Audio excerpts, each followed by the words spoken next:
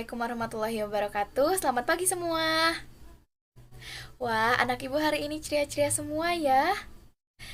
Oke, ada yang tidak masuk hari ini? Alhamdulillah masuk semua ya. Oke, pada pertemuan kali ini kita akan melanjutkan materi kita yang kemarin. Ada yang masih ingat nggak materi kita yang kemarin? Yap, betul. Bangun ruang sisi datar. Nah, kalau kemarin kita membahas kubus dan balok, kali ini kita akan membahas bangun ruang sisi datar lainnya, yaitu prisma dan limas. Nah, setelah kalian mempelajari dan memahami penjelasan dari video ini, kalian diharapkan dapat mengidentifikasi bagian-bagian pada prisma serta limas, dapat membedakan luas permukaan dan volume prisma serta limas, dapat menerapkan rumus luas permukaan dan volume prisma serta limas, dan yang terakhir kalian dapat menyelesaikan masalah kontekstual yang berhubungan dengan prisma dan serta limas. Dan di video kali ini kita akan membahas yang pertama pengertian prisma, yang kedua bagian-bagian prisma, yang ketiga luas permukaan dan volume prisma, yang keempat pengertian limas, yang kelima bagian-bagian limas, yang keenam luas permukaan dan volume limas. Oke, kita langsung ke materi yang pertama, yaitu pengertian prisma. Siapa nih yang anak pramuka? Coba raise hand. Wah, banyak juga ya yang anak pramuka. Nah, kira-kira ini gambar apa ya? Coba ketik di kolom chat. Yap, betul, ini adalah gambar tenda. Nah, tenda ini berhubungan juga loh dengan bangun ruang sisi datar. Nih, di dalam tenda ini ada ruangannya kan? Makanya bentuk seperti ini tuh dinamakan dengan bangun ruang sisi datar. Coba deh kamu perhatikan lagi nih gambar ini. Mirip kan ya? Iya. Nah, bentuk ini itu dinamakan dengan prisma. Tapi prisma itu apa ya? Prisma adalah bangun ruang sisi datar yang mempunyai bidang alas dan bidang atap sejajar serta kongruen. Kongruen itu sama ukurannya dan sama bentuknya.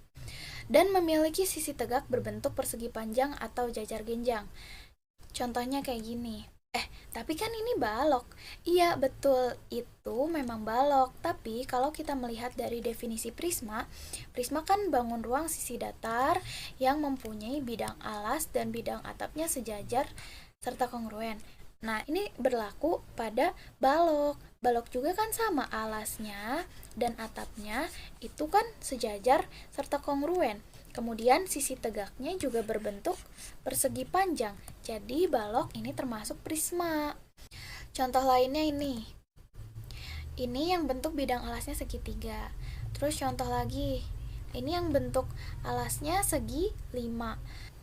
Nah, jarak antara tutup dengan alasnya ini disebut dengan tinggi prisma atau disimbolkan dengan huruf T kecil. Sebenarnya kalau prisma ini dibuka, bentuknya akan jadi seperti ini. Nah, gambar segitiga yang udah dibuka ini disebut dengan jaring-jaring prisma segitiga. Oke, next. Kita akan membahas bagian-bagian prisma. Nah, bagian-bagian prisma ini tergantung alasnya ya.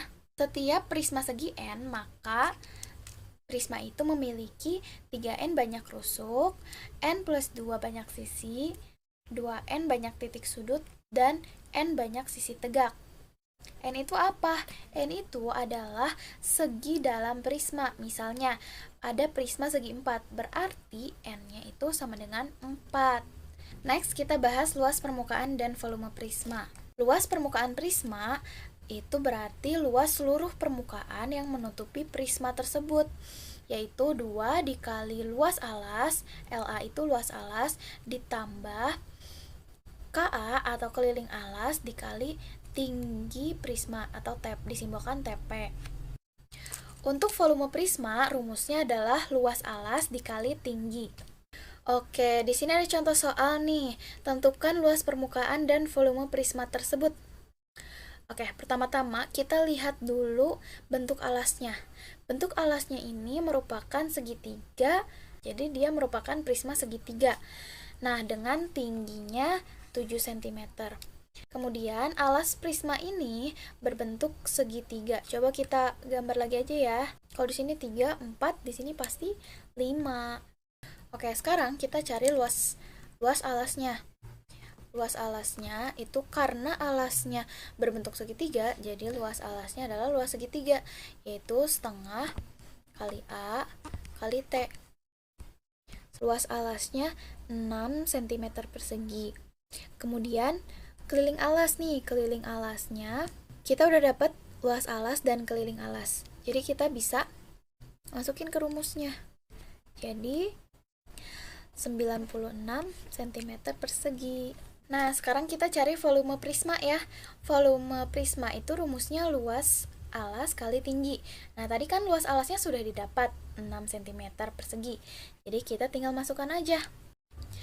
Jadi volume prisma tersebut adalah 42 cm kubik. Next, bagian keempat adalah pengertian limas. Anak-anak, coba kalian perhatikan ini gambar apa ya? Yap, betul. Ini adalah gambar piramida di Mesir. Tapi emang ada hubungannya ya dengan pembahasan kita kali ini? Tentu jelas ada dong. Kalau kamu perhatikan baik-baik, piramida tersebut merupakan bentuk dari bangun ruang sisi datar. Apa ya nama dari bangun ruang sisi datar tersebut? Sekarang coba kamu perhatikan 3 gambar berikut ini. Coba tebak, kira-kira piramida masuk ke bangun ruang yang mana ya? Nah, piramida di Mesir itu mirip seperti bangun ruang yang B. Kamu tahu nggak kalau ketiga bangun ruang tersebut memiliki nama yang hampir sama? Yap, ketiga bangun ruang tersebut dinamakan dengan limas. Limas adalah bangun ruang yang alasnya berbentuk segi banyak. Pada limas, bidang sisi tegaknya berbentuk segitiga yang berpotongan pada satu titik. Nah, limas ini hampir mirip dengan prisma, tapi tutupnya berbentuk titik. Masih ingat dong bentuk prisma kayak gimana? Prisma itu yang alas dan tutupnya ukuran dan bentuknya sama. Contohnya kayak gini. Nah, ini prisma segitiga karena alas dan tutupnya bentuknya segitiga. Nah, kalau limas bentuknya jadi kayak gini. Karena alasnya segitiga, jadi namanya limas segitiga. Oke, contoh lagi ya. Nah, ini ada prisma segi 4. Kalau jadi limas, jadinya kayak gini. Nah, ini dinamakan limas segi 4. Nah, kalau limas segi 4 ini dibuka, akan menjadi seperti ini. Nah, limas segi 4 yang udah dibuka ini disebut dengan jaring-jaring limas segi 4. Oke, sekarang kita akan membahas bagian-bagian limas. Oh iya, titik ini disebut dengan titik puncak limas ya. Nah, terus tinggi dari limas itu dari titik puncak ke alasnya. Untuk limas segi N itu merupakan segi dalam limas ya. Misalnya limas segi 4 berarti N sama dengan 4. Nah, untuk limas segi N banyak rusuknya adalah 2 kali N. Banyak sisinya adalah N tambah 1, banyak titik sudutnya, rumusnya N tambah 1, dan banyak sisi tegaknya sama dengan N. Sekarang kita bahas luas permukaan dan volume limas. Luas permukaan limas rumusnya adalah luas alas ditambah luas seluruh sisi tegak. Untuk volumenya rumusnya adalah 1/3 dikali luas alas dikali tinggi. Oke, sekarang kita lanjut ke contoh soal. Tentukan volume limas berikut. Nah, kita lihat di gambar ini. Oh, ini tingginya belum diketahui ya. Jadi kita cari dulu tingginya. Nah, kita perhatikan segitiga TEC. Nah, panjang TE ini bisa kita cari dengan rumus Pitagoras, yaitu TE sama dengan akar TC kuadrat dikurang EC kuadrat. Kemudian dijumlahkan. Kemudian dari segitiga yang lain, yaitu TOE, kita cari TO-nya. Setelah dioperasikan, didapat 6 akar 2. Nah, baru deh kita bisa masukkan ke rumus volume limas, yaitu volumenya sama dengan luas alas dikali tinggi dibagi 3. Jadi, volume limas tersebut adalah 288 akar 2 cm kubik. Demikian penjelasan tentang prisma dan limas. Semoga dapat bermanfaat bagi kita semua, terutama bagi kalian dalam memahami materi. Terima kasih telah menyimak sampai akhir. Wassalamualaikum warahmatullahi wabarakatuh. Assalamualaikum warahmatullahi wabarakatuh. Halo adik-adik, perkenalkan nama kakak Sri Lestari, kakak dari kelas 4C Pendidikan Matematika UIN Sunan Gunung Jati Bandung. Di kesempatan video kali ini, kakak akan membahas materi tentang transformasi geometri. Nah, sebelum kakak membahas materi tersebut, kakak akan membacakan tujuan pembelajaran dari materi ini ya. Oke, yang pertama, menentukan titik, garis, dan kurva yang ditranslasikan. Yang kedua, menentukan titik, garis, dan kurva yang direfleksikan terhadap garis simetri. Yang ketiga, menentukan titik, garis, dan kurva yang diputar menggunakan sudut rotasi. Yang keempat, menentukan titik, garis, dan kurva sebagai hasil dilatasi. Yang kelima, menentukan faktor skala untuk dilatasi yang diberikan. Dan yang keenam, menerapkan transformasi dalam masalah nyata. Oke, langsung saja kita bahas materi transformasi geometri. Nah, kalian pasti tahu kan film Transformer? Ya, mobil yang bisa berubah menjadi robot. Nah, sama halnya di transformasi geometri ini, yaitu dalam artian singkatnya transformasi geometri adalah perubahan. Tetapi pada transformer yang berubah itu kan wujudnya, sedangkan di transformasi geometri adalah yang berubah hanya posisinya, sedangkan wujud dan bentuknya tetap. Jadi, transformasi geometri merupakan perubahan posisi atau perpindahan dari suatu posisi awal yakni x, y ke posisi lain yaitu x aksen, y aksen. Jadi, di transformasi geometri ini yang berubah hanya posisinya saja, sedangkan bentuk dan ukurannya tetap. Jadi, ngerti ya? Oke, kita lanjutkan. Nah, transformasi geometri ini memiliki 4 jenis. Yang pertama, translasi, yang kedua refleksi, yang ketiga rotasi, dan yang keempat dilatasi. Oke, kita bahas satu persatu. Yang pertama, translasi atau pergeseran. Translasi merupakan jenis transformasi yang memindahkan suatu titik sepanjang garis lurus dengan arah dan jarak. Artinya translasi itu hanya berpindahan titik ya. Ini coba perhatikan perosotan berikut ini. Nih, kalau misalnya kalian naik perosotan, dari awal ini kalian naik ke titik ujung ya. Jadi yang berubahnya hanya titiknya saja dari awal ini atau puncak perosotan menuju ke akhir atau di ujung perosotan. Nah, jadi di translasi ini yang berubah hanya titiknya saja, sedangkan bentuk dan ukurannya tetap. Nah, ini merupakan gambaran dari translasi. Coba perhatikan titik-titik merah ini. Nah, dari sini pindah ke sini, dari sini pindah ke sini, dan dari sini pindah ke sini. Yang berubah hanya posisinya saja, sedangkan wujud dan ukurannya tetap. Oke, translasi atau pergeseran ini memiliki rumus yaitu X aksen, Y aksen adalah A, B ditambah X, Y. Nah, X aksen, Y aksen di sini merupakan titik bayangan, sedangkan A, B merupakan vektor translasi dan X, Y di sini merupakan titik asal. Oke, agar lebih jelasnya kita langsung ke contoh soal. Titik A 7, negatif 6 ditranslasikan oleh T negatif 2,4, maka koordinat titik bayangan A adalah, oke langsung jawab ya. Nah, ini rumusnya yaitu X, Y ditranslasikan oleh AB, maka bayangannya X ditambah B, X tambah B. Kita langsung substitusikan ke rumus. Nah, A di sini ini 7 sebagai X, negatif 6Y, dan negatif 2 di sini sebagai A, 4 sebagai B. Oke, kita masukkan ke rumus. 7, negatif 6 ditranslasikan oleh negatif 2,4, maka bayangannya 7 ditambah negatif 2, negatif 6 ditambah 4, maka bayangannya yaitu 5, negatif 2. Jadi, bayangan dari titik A adalah 5, negatif 2. Oke, paham ya? Kita lanjutkan ke materi selanjutnya. Yang kedua yaitu refleksi atau pencerminan. Refleksi merupakan perpindahan suatu objek dari satu tempat ke tempat lain dikarenakan adanya pencerminan. Contohnya kalau misalnya kalian bercermin, coba amati apakah posisi kalian, wujud, dan bentuknya sama kan? Pasti sama. Nah, di refleksi ini yang berubah hanya posisinya saja, sedangkan wujud kalian, jarak kalian, dan posisi kalian dan wujud kalian tetap ya, hanya posisinya saja yang berubah. Perhatikan nih gambaran dari refleksi.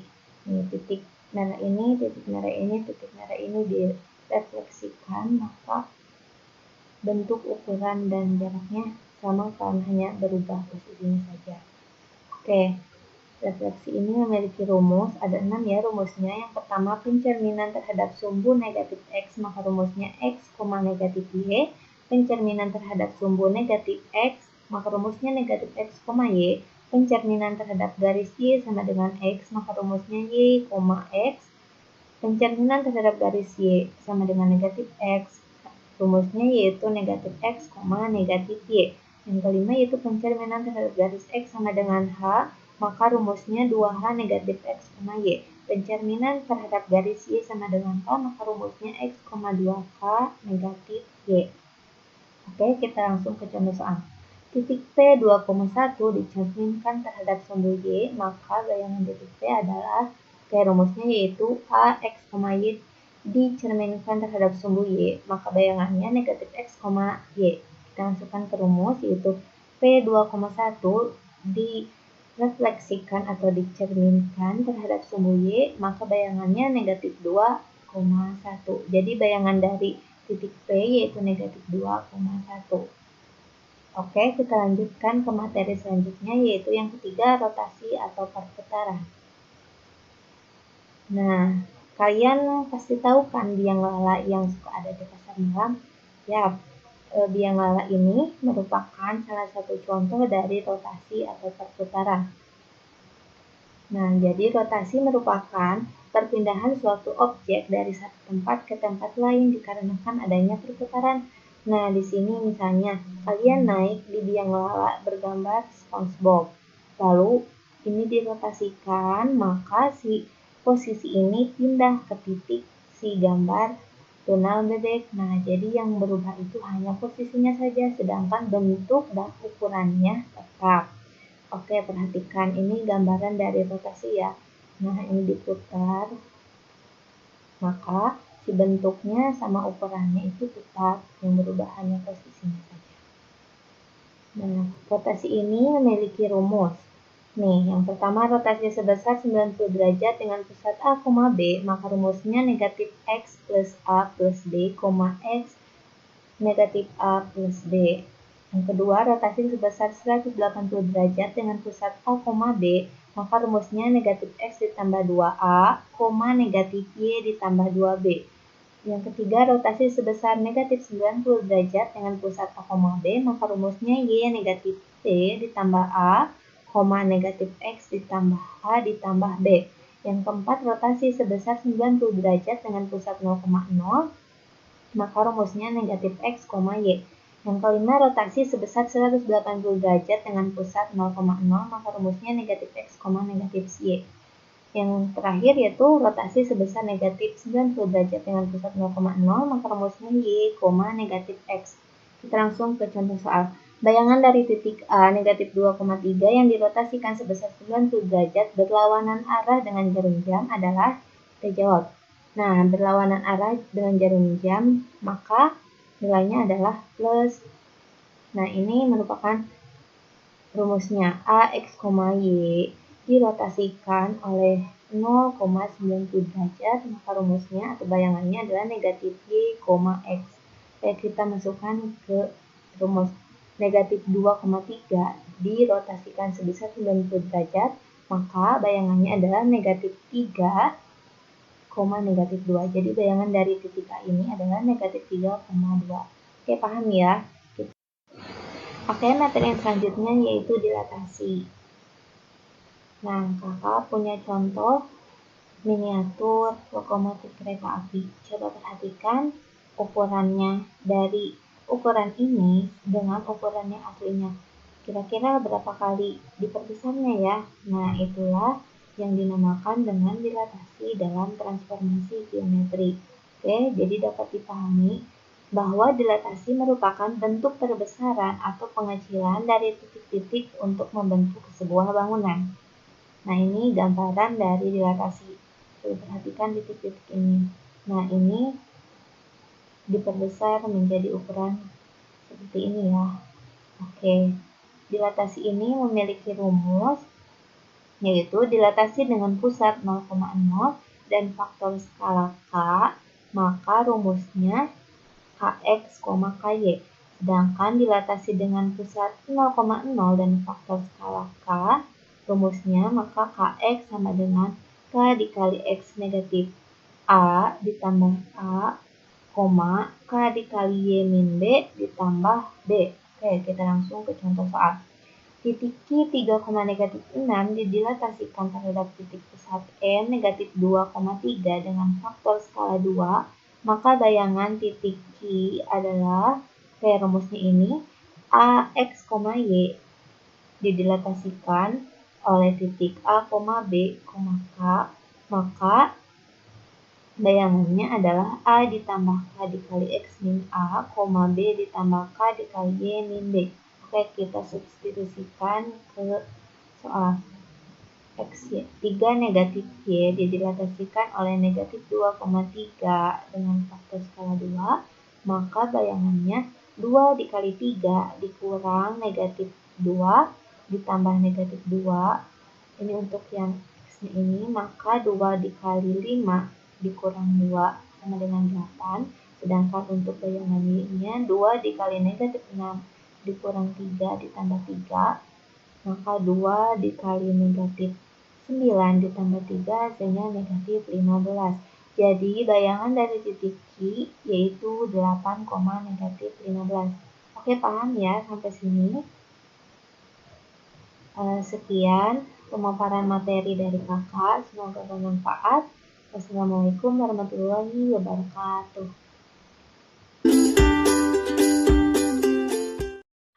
Assalamualaikum warahmatullahi wabarakatuh. Selamat pagi anak-anak, bagaimana kabarnya hari ini? Semoga semuanya dalam keadaan sehat ya. Nah, sekarang kan sudah kelas 12 nih. Kita akan mulai pelajaran matematika bab pertama, yaitu dimensi 3. Kompetensi dasar dari bab dimensi 3 ini yaitu 1. Mendeskripsikan jarak dalam ruang antar titik, titik ke garis, dan titik ke bidang. Kedua, yaitu menentukan jarak dalam ruang antar titik, titik ke garis, dan titik ke bidang. Selanjutnya, yaitu pengalaman belajar anak-anak yang akan kalian dapatkan, yaitu pertama, mengamati dan mendeskripsikan masalah jarak antar titik, titik ke garis, dan titik ke bidang pada ruang. Kedua, mengamati dan menerapkan konsep jarak antar titik, titik ke garis, dan titik ke bidang untuk menyelesaikan masalah pada dimensi 3. Yang terakhir yaitu mengkonstruksi rumus jarak dua titik dan jarak titik ke garis. Di sini ada diagram alur konsep dari dimensi 3.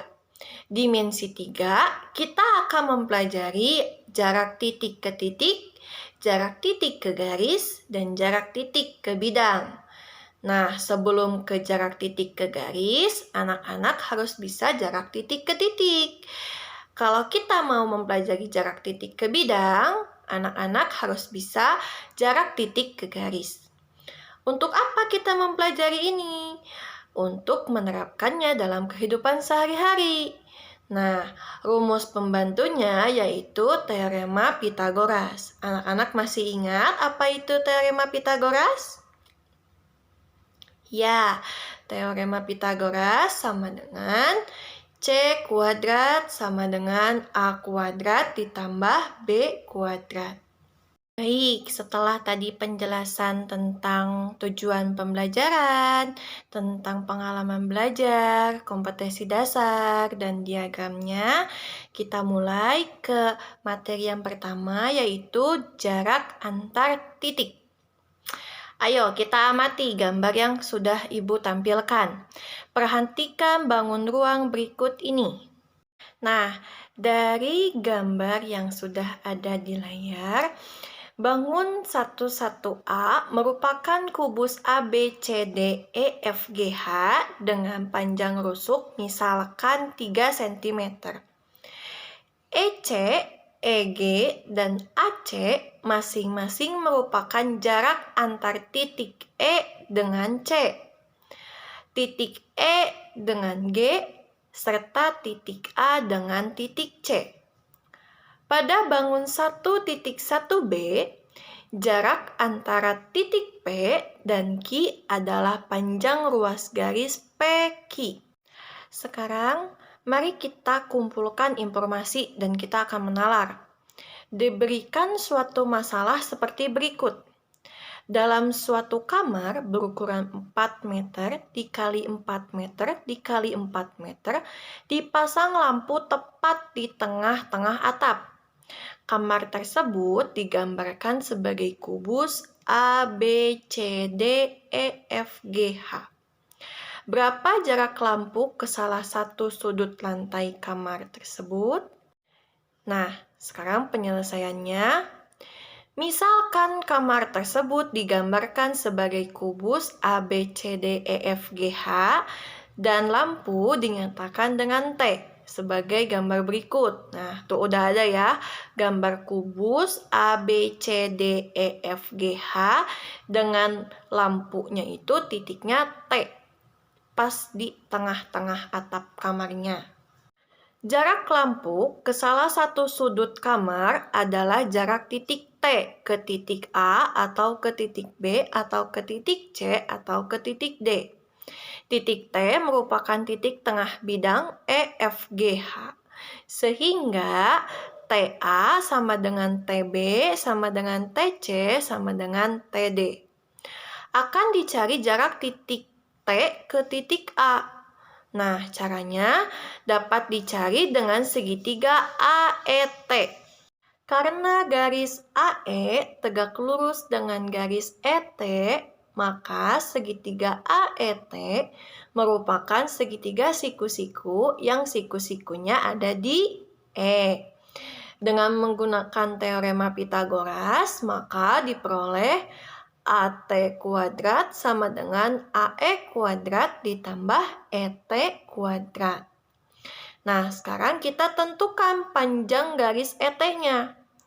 Karena T merupakan titik tengah, maka ET sama dengan setengah EG. Karena EG merupakan bidang diagonal, maka ET sama dengan setengah dikali 4 akar 2 sama dengan 2 akar 2. Nah, tinggal kita masukkan di yang rumus Pythagoras tadi. AT kuadrat sama dengan AE kuadrat ditambah ET kuadrat.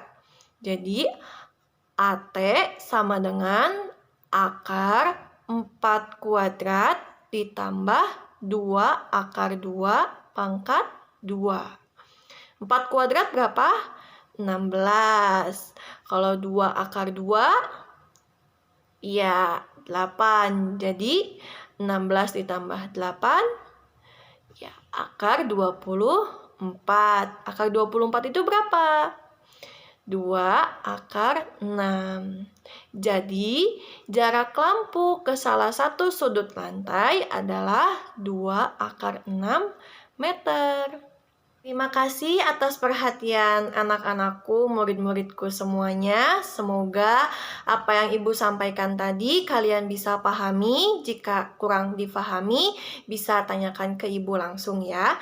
Sampai jumpa di pertemuan selanjutnya. See you at the next meeting. Wassalamualaikum warahmatullahi wabarakatuh.